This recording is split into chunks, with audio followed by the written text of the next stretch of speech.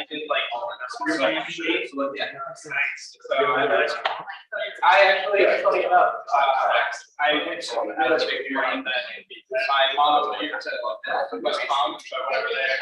Like, all right, and then as soon as I was able to go to college, I've been history and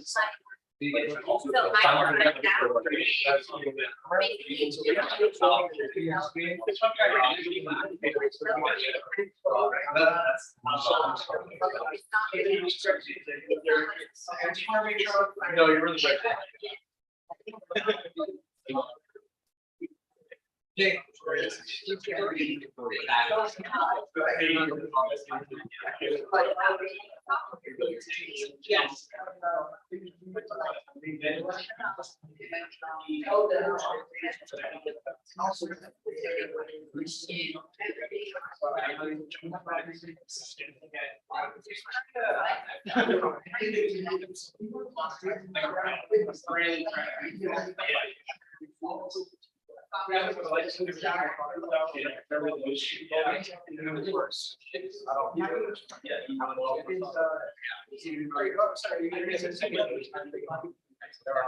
Yeah.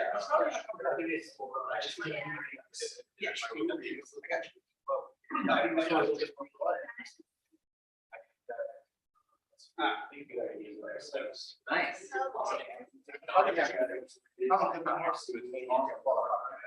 I think that would be really exciting. Okay, so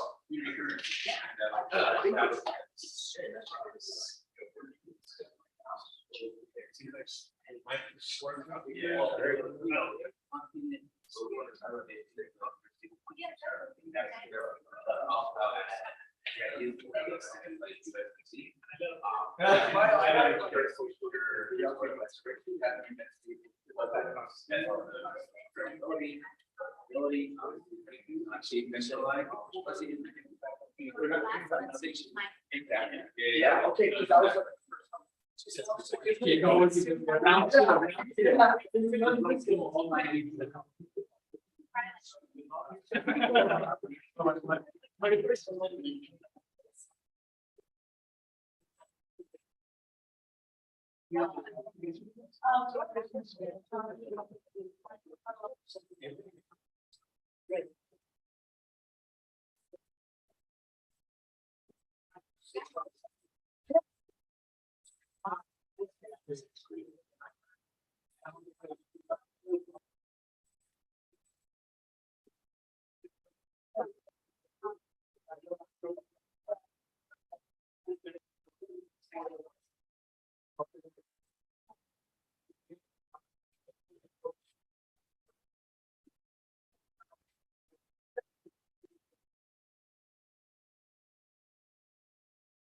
you can see the sign. I tried calling you and the lock, but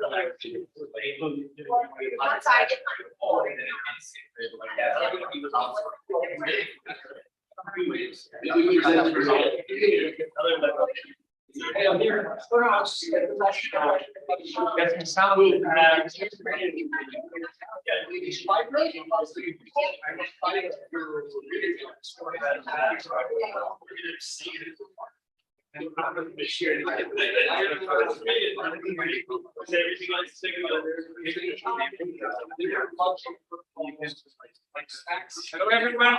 Hello. Hello.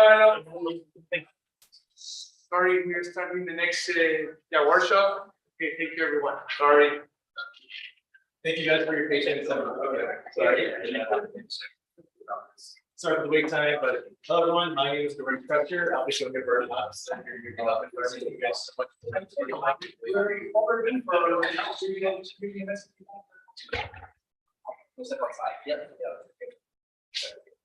so who am I? Again, my name is Dorian Crutcher. I'm the developer relations team for Near Protocol. I'm also the host of the web series called Blockhead and the host of the Near News Protocol.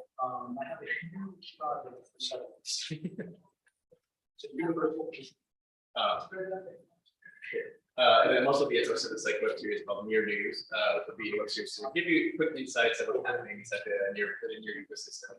And then finally, not finally, but I'm also a rugby football player. I love to do that in San Francisco, so you guys playing sports can find me afterwards. My favorite show on Netflix is Arcane. If you guys haven't checked it out, you can follow me at Near Dorian for Twitter to keep updated with what's happening in your ecosystem. So yeah, today we'll be going over a quick overview of Near Protocol if you're not familiar with it. Resources for developers from Near, and then a walkthrough of creating Near app, which is the quickest way to set up a decentralized application on Near.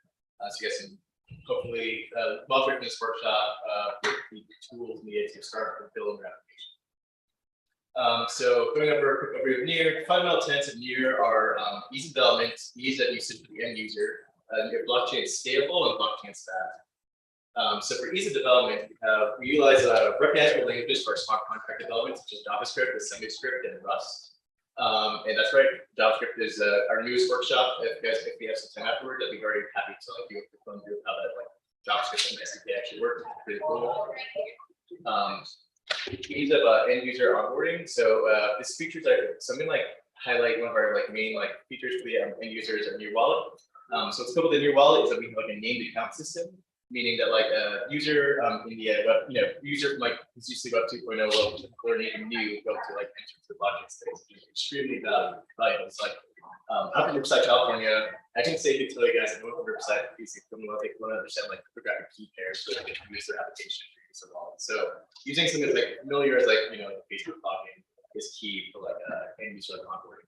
So you guys can go to wallet.near.org, wallet.near.testing.org to play around the wallet. Also have some cool little NFT QR codes for you guys to scan, give you an NFT, and some of the proceeds to go to Haiti to support Haitian people from a nonprofit built on Near.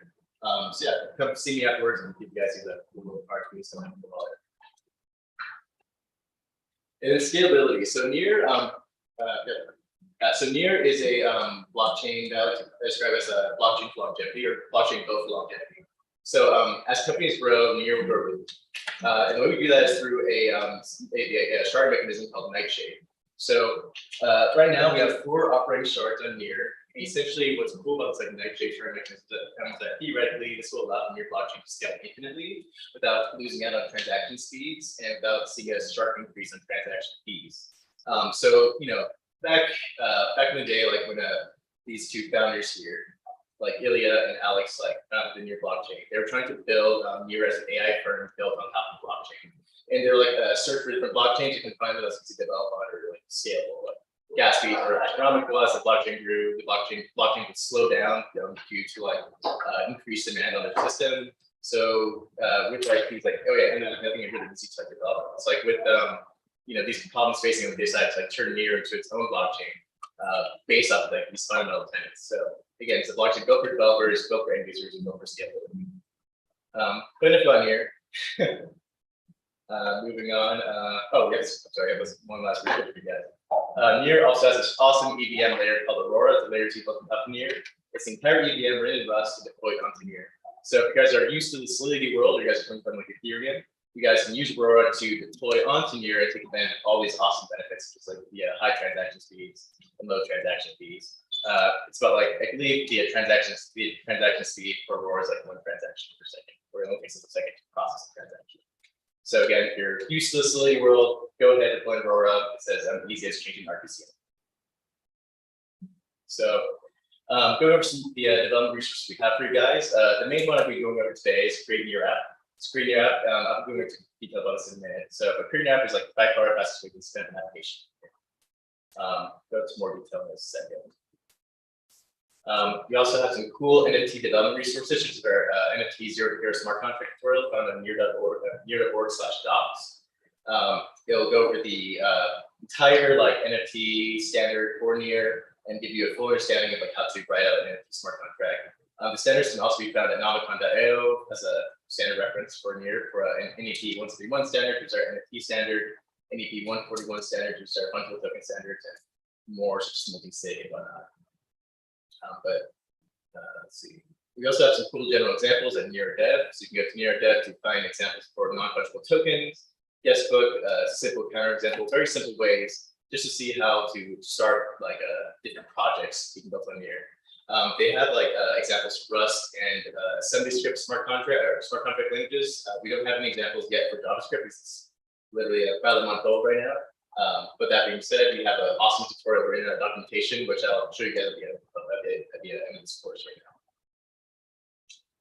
And we also have some really cool indexing resources. So we have a Near Indexer for Explorer, which comes with a public database available for anybody to take advantage of, to like query the blockchain. You can also use Near Indexer for Explorer to spin up your own node to query information from the blockchain. But the trade-off of the Near Indexer for Explorer is that it can be expensive and it can take a long time to sync up with the actual blockchain. So as a solution to kind of tackle these issues, we have Near Lake. Near Lake only takes about like less than a day to sync up. You can like manage your own blockchain without having to spin up your own nodes. You don't have to like go through like crazy hover requirements. In fact, this company called Fair, they actually like use Near Lake. So they used to use Near Indexer for Explorer, but it cost them about like $1,000 a month to run their own indexer. But then they switched over to Near Lake, and through some like use of centralized technologies, they were able to like bring their costs down from $1,000 to about $30 a month. So it's really cool. And it's much faster than the Indexer for Explorer. So definitely check out Near Lake if you get a chance. And we also are plugged into the Graph. You guys are familiar with the Graph. It's a way to omit the need to maintain your own indexer. So they take care of the maintenance for you. You can create your event logs, event listeners, and whatnot to get information from your blockchain. So yeah, again, that's a lot of resources. If you guys want to find me afterwards, if you guys want to talk to me about like anything I just covered, like feel free to. I'll be here all day. So finally, we hit create Near app. So again, create Near app is the quickest way to spin up a decentralized application. It'll come with a front-end template, a smart contract template. It'll also auto-install Rust into your machine if you guys haven't done so already. And also come with a built-in testing environment. For the testing environment, we have for Linux and Intel Macs for now. Workspaces JS and RS, which will allow you to create a local node onto your computer. That local node will allow you to essentially modify the environment node, like travel through time to the future and to the past to activate like specific events that you may set up, allowing for much more dynamic testing. You can also create like your own like Near accounts onto your local machine. That being said, you can also use testnet. That's always available to do some online testing environment. But if you want to do something on your local machine, definitely recommend Workspaces JS and RS. So I can leave you guys afterwards to talk more about that too. For M1 Macs and Windows, we only support Jest and Ava for now. So if you guys have M1 Mac or Windows, the test environments are there for you, but they will be a Jest for you. So some fundamental tenets to integrating Near to your decentralized application are as such. So we have two like sections for it. One will be the web application side, and the other will be the smart contract side. So for the web app side, we have Near API.js. So Near API to essentially set up Near API.js into your front-end application. I'll go over all of this for you guys. So don't worry about memorizing everything right now. But to essentially integrate Near API.js into your front-end application, you have to first create a Near configuration object, which will allow you to select which network you want to connect to, be it testnet, be it betanet, or local net, or mainnet. You can also select which RPC endpoint you want to connect to as well, and which node you want to connect to. After you have that object, it's just a literal JavaScript object instance. You'll take that object instance and plug it into a Near connection object, which will allow you to establish your connection to the Near blockchain and for useful information from it as well. And then for web applications only, in other words, like for anything that's like not a Node.js script, you can use the wallet connection object. With that, you can sign transactions, retrieve information from your wallets, sign in or sign out of an application, and more. After you have that, we have this convenient little contract object. And the contract object allows you to call view and change methods to and from the Near blockchain. A quick overview of view and change methods. View methods on Near are simply ways to pull information from the blockchain that cost no transaction fee, so you can pull information as much as you want. And then change methods will change, will either upload or add or modify existing data onto the blockchain. Anytime you call a change method, you got to pay a transaction fee. Just to keep your heads up. And then for the smart contract side, you can write your smart contracts in Rust, semi-script or JavaScript. Those will compile down to a .wasm file, and you'll deploy that .wasm file onto a Near account. So every account on Near is an empty smart contract. Each account on Near can pull up to one .wasm file at a time. So if you want to use multiple .wasm files, what you'll do is you can create sub accounts, or you can do cross contract calls to call methods from existing smart contracts that have been deployed to Near. So yeah, we can just go into a quick example of what creating your app looks like. And then if you have time afterwards, I'll be happy to show you guys the JavaScript SDK and love your feedback. So things you need just for standard app development on here would be Node.js, Yarn, which is a package manager. You can also use NPM, but some of our scripts are written with Yarn, and Visual Studio Code, whatever IDE you're used to. And then for the tools and packages, you'll have to download a Near CLI, which is a command line interface tool used to interact with Near blockchain from your terminal. Near API.js, which is again the library used to connect your front-end application to the Near blockchain. Near SDK RS, AS, or JS for the smart contract writing. And then optional, I love to use React, so I'll be using the React default. You can also build your application with any other JavaScript framework. But for now, I would definitely recommend React if you guys use that. Yeah. So then essentially running creating your app is as easy as running one line. It's npx creating your app at the name of your project. You run that, and then it'll install set up your front end, set up your smart contract template, and give you a whole bunch of useful scripts in your package.json file and whatnot. And actually just ran it for this workshop. I can show you guys, give you guys a quick tour of what's there.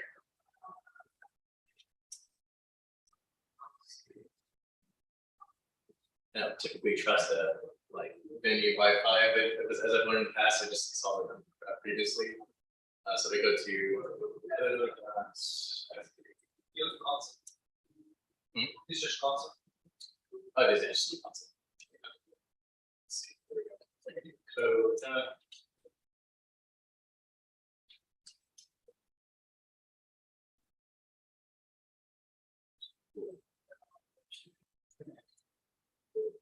So here we have Visual Studio Code with the previously ran create Near app to build out this template for me. If I run it yarn start.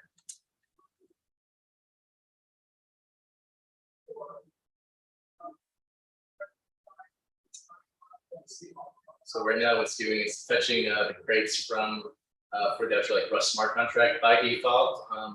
You can also modify this, but by default, the default setting for creating your app is a Rust smart contract. If you the difference between say Rust, script, and JavaScript in terms of writing your smart contract is that Rust is what you want to use for financial applications for end user end products deployments. It makes sense. So Rust is a very dynamic language, it's a very powerful language. It's a really good and powerful community behind it. It's also kind of low level, so you can more precisely control your memory storage and the actual types of information you're storing variable. So you can cover with that. You can cover more say attack vectors to your smart contract. A semi-script is also very type specific, but we're trying to replace the semi-script with JavaScript. We'll deal with the semi-script initially because that's friendly. It's familiar to JavaScript. We can still write pretty good smart contracts with it. It's just Rust will be more dynamic and deliberate language. JavaScript is still fairly new. That being said, for in hackathon, it's perfect for hackathon hiring. Eventually, we do want to get ready for product shipment uses, but right now it's still pretty new. Yeah, essentially, it'll allow people who are just used to JavaScript the ability to jump into your development environment and then play around and as the actual SDK grows, it'll allow you to create product ready applications that are not for package uses. So we're not using the SDK.js for package uses. just a second. So yeah, here's the simple front end it gives you. So what's kind of cool about it is you can sign into your application. So I hit the sign in button. It sends me to my Near wallet. So this is what the user will see, like as they sign to your application. It's just like, again, the simple Web 2.0 experience. They don't have to learn anything crazy new. They hit next. They see these like list of permissions with granted to the application with what's called a function call access key. So a function call access key is like a key with like restrictions on the application. So it'll protect your users from like malicious citrus applications into your blockchain or that are deployed onto your blockchain. The way it protects the users is by restricting like access to all of your tokens. Developer chooses which methods the user has access to. It has a budget of 0.25 near allocated for transaction fees. So in other words, a single application can only like spend about 0.25 near the user's total balance on transaction fees before they have to deploy and create new functions. I believe you can modify that balance or that budget as well. There's another type of key is called the full access key. Any application is able to request one from the user via notification change on the user's end.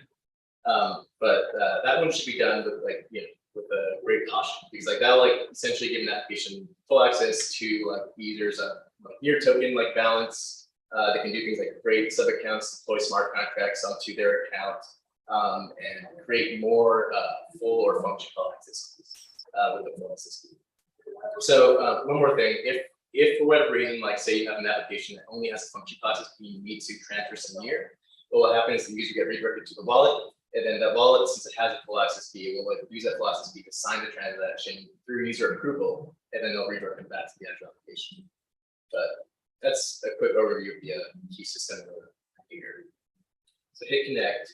Function call access key has been created for this application, allowing me to like save a message, like just say like, hi man.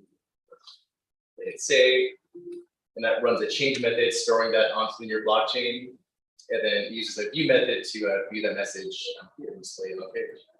And what this looks like in the actual like setup, so you guys can better understand it, is we'll like dive into like say the front end code. Actually, no, the contract code first. So again, this is a Rust smart contract. So go to the lib.rs. You'll see like various lines here, like for importing tools from the Near SDK. We have our serialization tools for forge serialize and deserialize. We have a simple like logging tool to essentially like display messages from your smart contract. Near bindgen, which will allow you to encode which view and change methods you want to be made available to the user. You have your simple struct here, which is like which will manage your state. And what's kind of cool is like it's not just like a struct is like an object in JavaScript, if you guys aren't familiar with Rust. But like what's cool is that we don't only have to like stick to this like kind of like key value pair like pattern. Also utilize this thing called collections. So I go. So if I go here, it's just your collections. So if I go here, this awesome resource that shows you all the different collections available on here. Essentially, collections are just data structure. So we have one like a vector, which is just like an array that you can like store information onto your states. We have an unordered set, which is like an array but only like unique values. I won't go through everything. We also have like one I use pretty frequently called lookup map, which is a key value pair, which will allow you to again store key value pairs onto your blockchain. So it's pretty robust, pretty like dynamic what you can do with these. But right now, it's like a simple template just comes with a simple like key value pair, key message.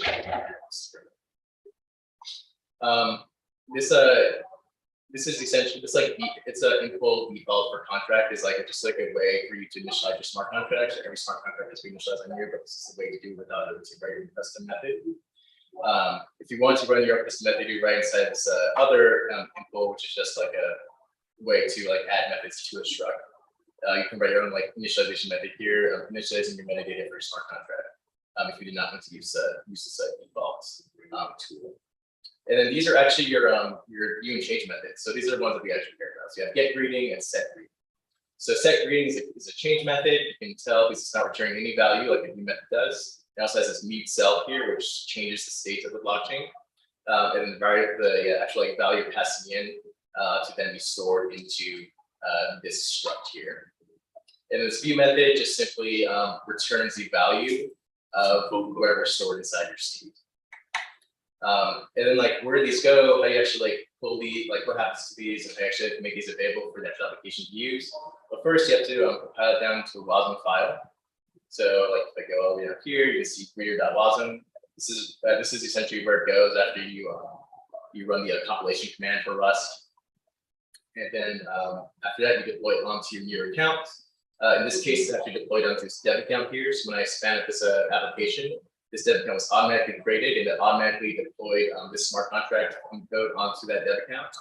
And in fact, if I go to here, let's see, Explorer. So this is our Near Explorer. You can like get some useful information about transactions, and, like specific accounts and whatnot. So if I were to throw in this account onto the testnet, I can see like which method has been called by who. So blockhead.testnet called the set greeting method on this contract account, and you can see that this contract has been deployed onto this dev account. And yeah, you can even use like the Near CLI tool to get this information as well. So yeah, once you have all that, you actually make it available to the front end. It's pretty simple. You just like go to this front end folder, go to assets, go to JavaScript, and then go to utils. And you can see them like listed here. But before like I can like go into like why is this here, and then go into like what's this utils folder like for in the first place. So I'll start with this configuration object. So if you remember before, I mentioned like a little checklist of attributes like set your digest to your front-end application. The first thing I mentioned was a configuration object. So these are these like literal objects here. The only reason why there's like a bunch of them is to give you options of which one you want to, which like network you want to choose from through like a simple like switch in case like script. But for now, like default is like set to testnet. So we're using this one particularly. So we have network ID set to testnet, the node URL for RPC at testnet.org, the name of the contract account, the wallet URL, the URL set to fund. Dev accounts are being created dynamically, then linked to the Explorer to send that permission to the Explorer. Once you have a configuration object, we toss that into a Near connection object here. That allows us to initialize the connection to the Near blockchain. And then after that, we have a cool little wallet object, it's a wallet connection object, allowing us to retrieve information such as the account name, what we're doing here, or sign and send transactions, and sign in or sign out an application. In fact, like log in and log out like methods are like called here. So you have log in, log out, wallet object. And finally, we have this cool little contract object here. So new contract object. Using that like wallet connection object. We're able to like say which wallet we're like connecting to the actual like, contract, and then like which contract account name you're like referencing. And within that, this is where the developer would like specify which methods the developer wants to allow the user to call. So in other words, you have view methods here for get greeting and change methods for set greeting, or set greeting for change methods, get greeting for view methods. After that, it's just a matter of implementing like this logic into your application. So if I go to the front end here, the app.js folder, we can see like let's see, save button.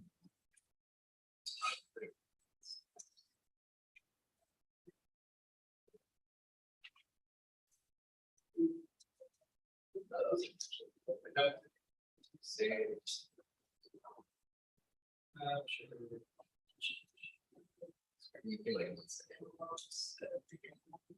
There. Okay. So you can see like anytime you call like one of these change methods or a view method, this is an asynchronous process. So you have to use awaits if you're familiar with like an asynchronicity in JavaScript to actually call the method. And then as well as activate view methods. You can see they have form on submit async events, and then wait set greeting to try and like set a new greeting from the actual user. And then get greetings with leaves called here. Yeah, so we have like use effect get greeting to actually retrieve that information from the blockchain. And what's cool about the JavaScript SDK is that's all synchronous. So you don't actually have to like worry about this like asynchronous like process as you do with like say the Rust or some JavaScript smart contract. Yeah, I'm not sure if that's like a change or not. But for now, the JavaScript is like and that's really it when it comes like the overview of like creating your app. One, I want to like pause if anybody has any questions about anything. If not, I can like give you guys a quick overview. Okay, I can give you guys a quick overview of like say the JavaScript SDK if you guys are interested. So you guys want to check that out? Sure. Okay. So if I were to go to, so I'm going to go to the actual like, literal documents. It's pretty much like a workshop tutorial in its own. So go to near.org/docs. And then go to smart contract and then JavaScript and quick start guide. So this will like literally guide you from like ground zero, like setting up a JavaScript JavaScript smart contract, meaning like starting from like npm again. So like literally like it's really cool. So or to let's say do this. I try and like session. So bear with me. So KAR, JS, JS. Done. You can say I love Arcane because stuff like Okay, what? you don't have Caitlin. I don't. No, you're right. I don't have Kate. I love that. Let's see.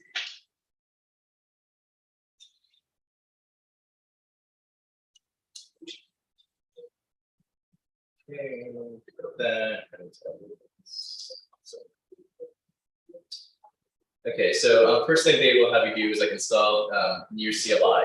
So I already have it installed. I can like check that video from like Near State. So Near State. Test. There we go. Then yes.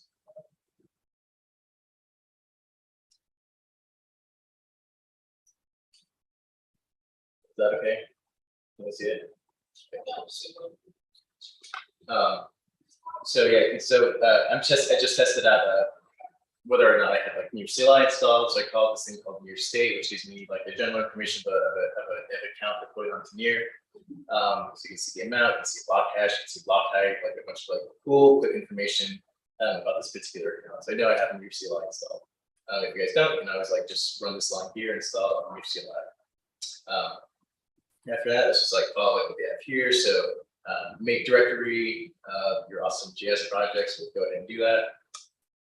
So like open up my little thing, you can see our folder here. So we have our little folder created for your awesome JS project. After that, npm init y. So this will just initialize your package.json file. So I don't like worry about that. So if I go open this again, open the package.json, close this down, you can see just like a simple starting template for your package.json file. It's pretty neat. So next thing they're gonna say npm install save near SDK.js. So we're just gonna go ahead and like run that real quick. So actually save install the actual near SDK Java for a JavaScript, a smart contract. You can see that here in your package.json file. Why didn't you use Yarn? Huh? You didn't use Yarn. I did. I could use Yarn if I wanted to, but there's similar. But yeah, both Yarn and npm are perfectly acceptable. Then after that, I'm gonna like toss in this like one line here for essentially it's called a build script. So I'm just gonna throw some to our script. So essentially what to do is actually build out our smart contract once we are at that stage. But we're not yet. So comma. Oh, do you need to close it in or just run it? Say it one more time. Are you gonna run this one? Anytime we modify the actual smart contract, the actual like abstract smart contract, I anytime. thought this is like a Oh no, yeah. So like essentially like what this like particular script for the build script before is is like anytime I make a change to like the smart contract, then I have to build it. Because you can convert to a big assembly, then. It's like something eventually they're gonna get to WebAssembly, but right now I think it's like this thing called a .base64 file, the details of which are a little bit above my head, to be honest. But again, as I said, as SDK matures, they're going to move forward to getting it to WebAssembly. So we actually like talk to other smart contracts here.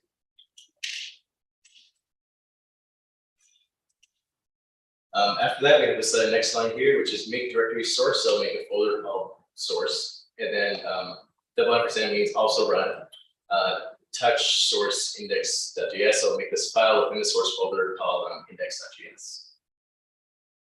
So if I copy and paste that, and open up my little thing here again, you can see a source file has been created. Inside is this empty index.js file. And then this is where our smart contracts logic will actually live.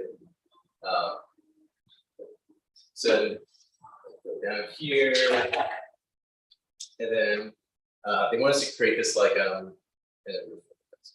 want us to create this Babel file. So if I do, so it's gonna be touch babel.config.json. So I'll just run that real quick.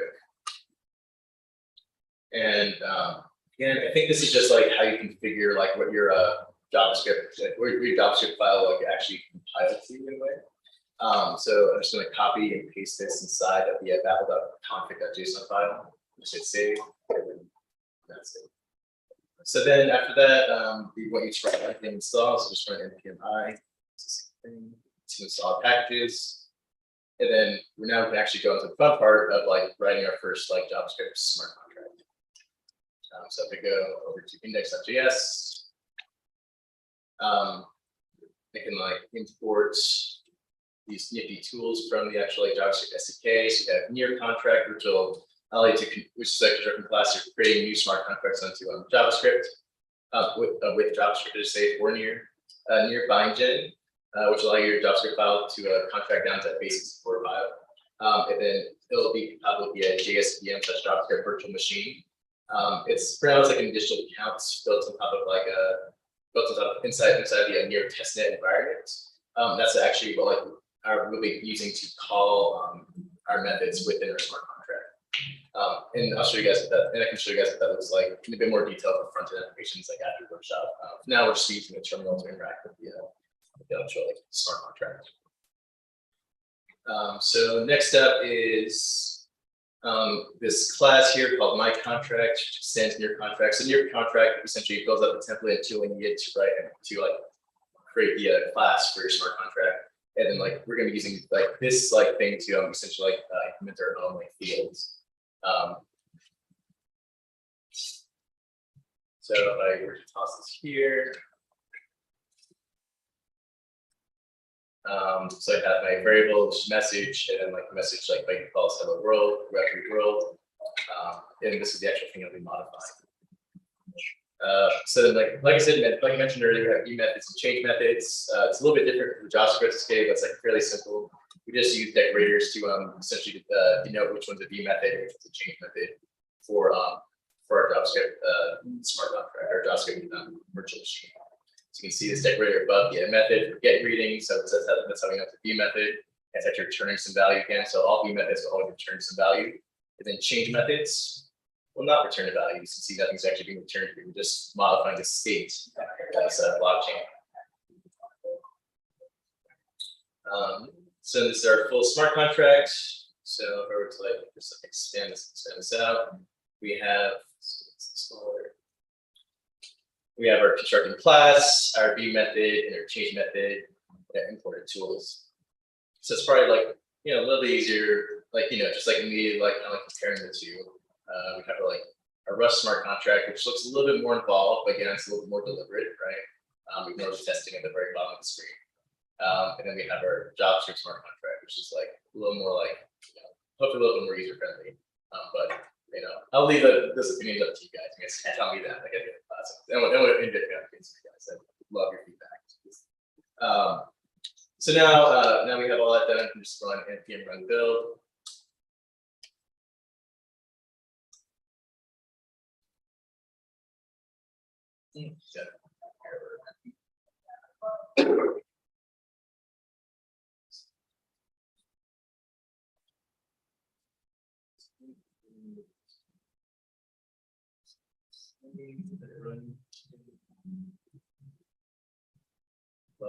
Live coding.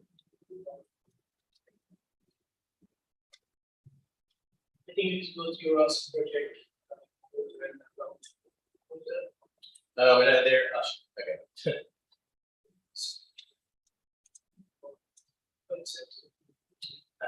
She couldn't like link everything outside. I forgot to change the phone. Oh. Yeah. Never mind, we got it. We I got it. got it. Oh no! Oh, it's like that's weird. I'm just gonna like just like casually move everything over here. Actually, do that. That's insane. Okay, so sort of over here. You don't need to get the full thing inside. Huh? You don't need to build that. Which one is it? It's that and can install first. Where you on? I forgot his face.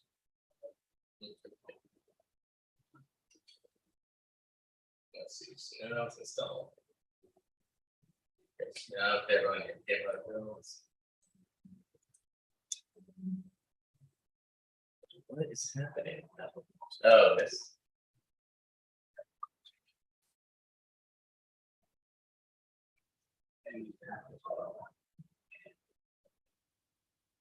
See, I'm not sure if it can like change or not. Maybe this thing got updated, but let me know.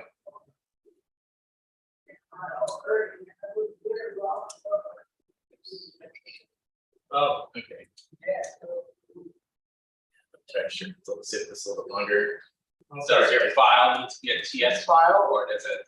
Hmm? Does it need to be a TypeScript file? No, it should be a JavaScript file. I mean, eventually I want it to be TypeScript, but right now it's just JavaScript. It's not recognized.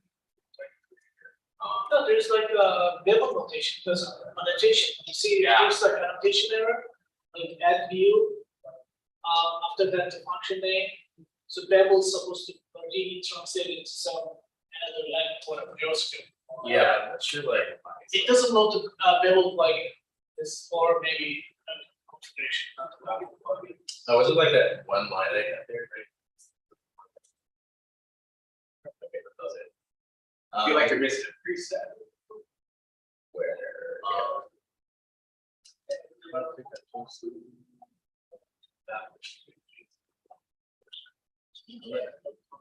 I'm not really sure what's going on right now.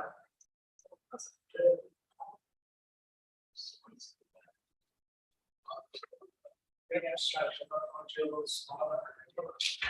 Data source. Did your package JSON? I think so. Let's see. Yeah.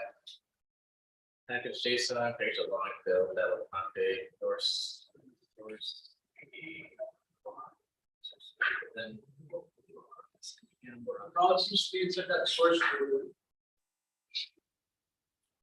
These are just like, it's just saying these are experimental classes. Yeah. Like config that are never used, yeah, so it's not. It's just like TSM. Sounds JavaScript test. Yeah, I don't really think like it has something. This is something to do with my I think my Visual Studio Code like configuration. It's like that's normal. I think maybe there's just something like that update the SDK that I'm not aware of that didn't make it into its documentation to be. But oh well. I mean, like if you guys want, you can always like sit with you guys and always try to like debug this like afterwards. But it's supposed to be the hopefully ideal like way of like running the smart contract. I'm pretty sure it's just like update for the past week without me going. Yeah. So anyway, guys, but I have some cool little resources for you guys afterwards for like education. So if you guys are interested in like looking deeper into the documentation for NEAR, you can go to near.org/docs. We have the cool onboarding tools at near.university. We have our grants program at near.org/grants if you're interested in applying for grants. And if you guys need development support, you can go to Near Chat, and Near Chat will just lead you to our Discord channel. We also have like live office hours every day at like 11 a.m. Pacific Standard Time and 4 a.m. Pacific Standard Time for European friends. I think one more office hours for our Russian friends. So do not know the time. Brand new. But yeah, otherwise you guys can bang afterwards. They have some cool little near wallets to take you guys if you guys want to. And yeah, thank you guys for joining me for this workshop.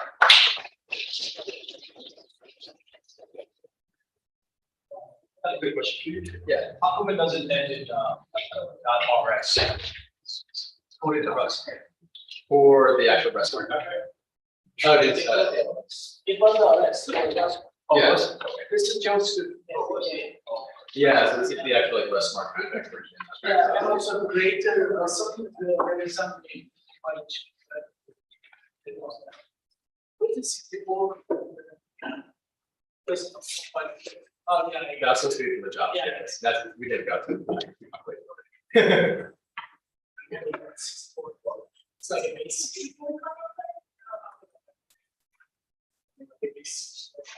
Yeah, it's kind of a basic first thing for Well, what do you make with that? match. Yeah, that part a little bit. Are you, present tomorrow? I don't, my buddy Cameron does, so he'll have the research. Yeah, sure. Pretty good. Thank you. Thank you. Yeah. There you go. Thank you. Yeah. I do have a question for you. Yeah. Do this to check that, but- I always have a question for me. I'm learning. Feels good. Really. So, okay, it's telling me about actually called. Yeah, from pseudo. Oh, this is Matter. Yeah, I was gonna ask you about, I run it. Yeah, that's just like, Everything just like that. yeah, it's just, so you can do like execute pseudo, that's in the first case, SU, yeah. Just without the P.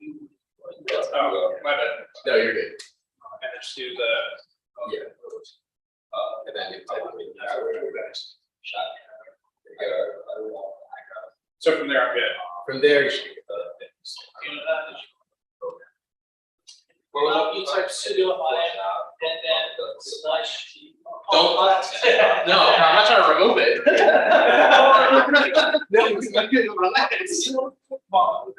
Type sudo, open bracket, close bracket, semicolon, you know that form, right? It crashed the server, not server data, I don't want to.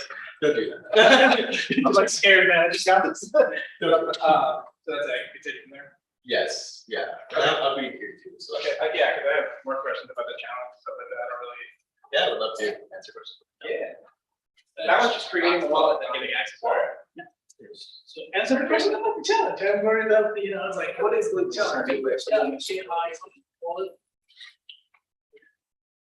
If you have a wallet, you can still like redeem the NFT. But if you have a new one, so we're gonna browse your wallet. You're good with your wallet. We're gonna browse your wallet. I have one on your wallet. Good. So I don't have, I have no intention. I don't even know what it is. Oh, it was like it was like, NFT. yeah, it's an NFT made by a nonprofit over here. And then if you redeem it, go and you get in your wallet, and then two, some funds get sent to Haiti for just supporting the Haitian. Okay, so where's Make QR code. Are they unique QR codes or just like? Is this you right here? I think that's all. Let's compare. I can't help it, don't you close your eyes and read the QR code? Yeah. Oh, come on, you're gonna something. So if you could just give me that. Yeah, exactly. I do as well. Yeah. Close your eyes and look at it. So I was gonna ask you about the chat. Yeah. He said, okay, he's gonna do that, so. Oh, you need for the type that. Does it have to be? You look awesome, man. It's a new- Yeah, yeah, yeah.